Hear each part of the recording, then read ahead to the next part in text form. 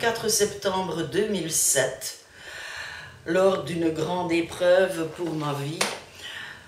C'est vrai que la conversion, je ne dis pas qu'elle se fait toujours, mais elle se fait souvent lors d'une grande épreuve que nous devons surmonter.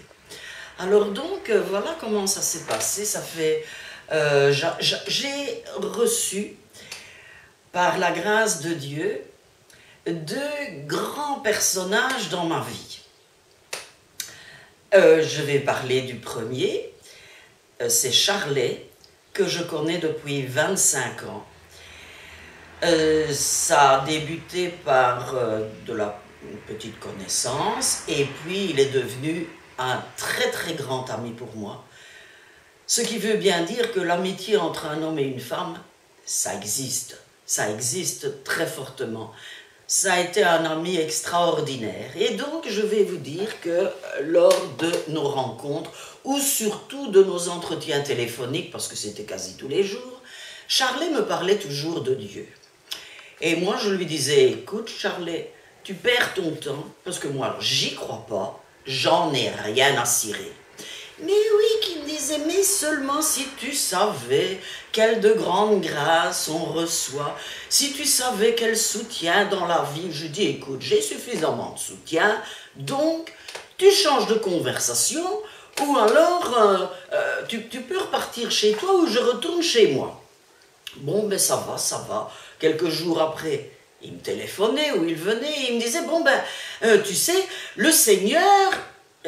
Je lui dis, écoute Charlet, si ça continue comme ça, moi je vais prendre les grands moyens, je vais te dire que ton Dieu ne m'intéresse pas, je n'ai pas besoin de prière, je n'ai pas besoin de prier non plus, tout s'arrange bien pour moi, et d'ailleurs que je dis, je n'irai jamais à la messe, parce que moi, pour rencontrer toutes les bigotes qui passent leur temps à la messe, elles sont tellement idiotes qu'elles ne se rendent pas compte qu'elles perdent leur temps.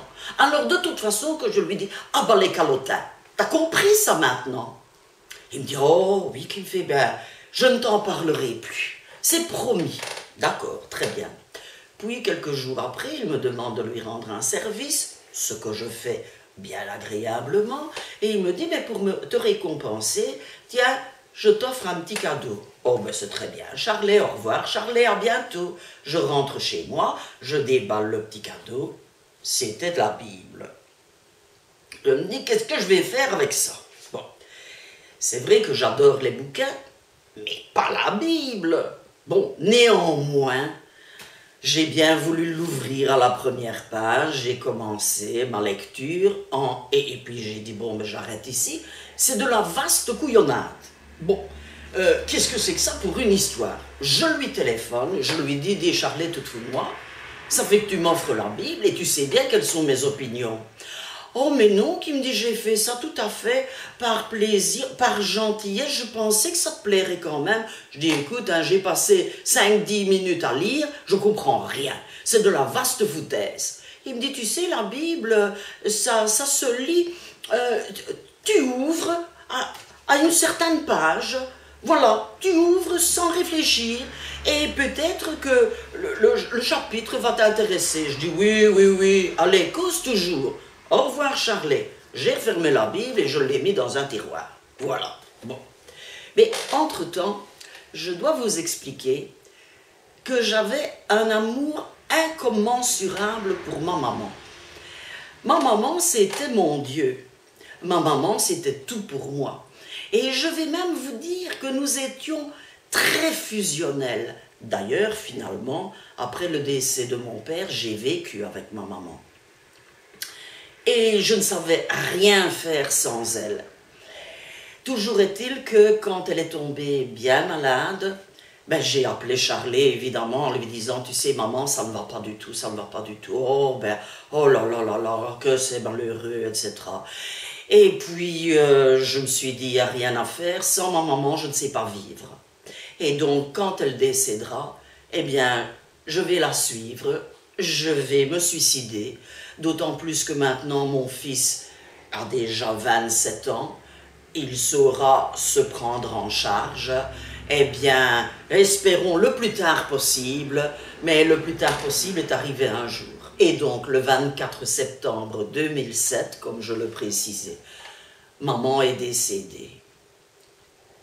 Et là, ça a été quelque chose, c'est la terre qui m'est tombée sur la tête.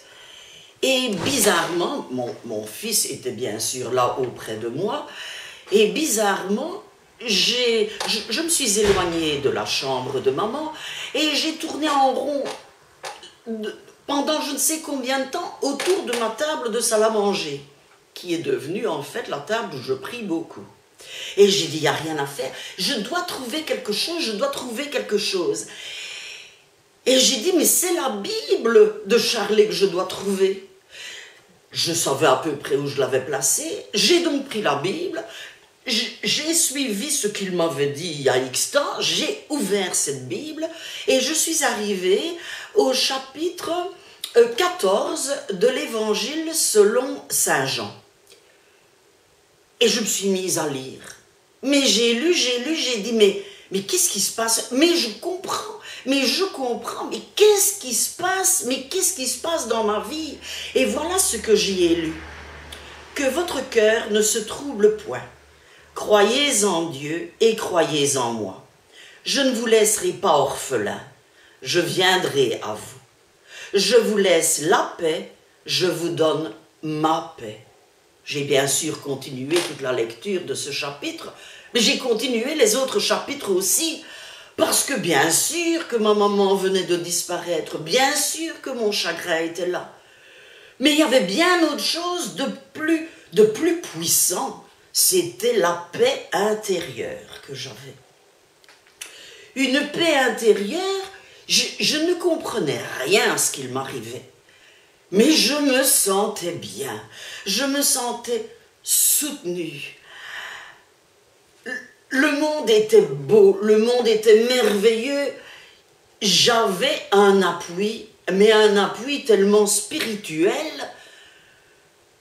Et je me suis dit, c'est pas normal que Dieu soit arrivé vers moi.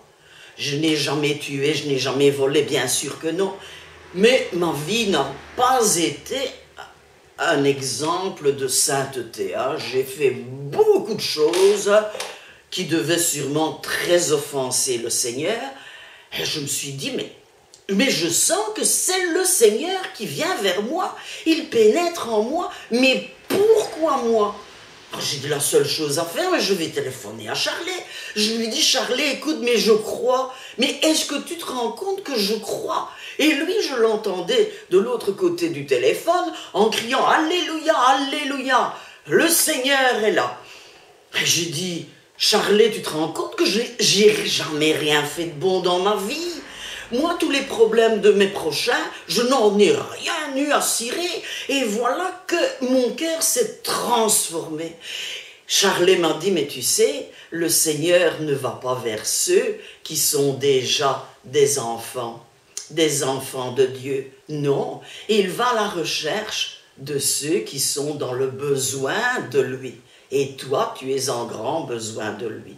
Tu l'étais aujourd'hui surtout.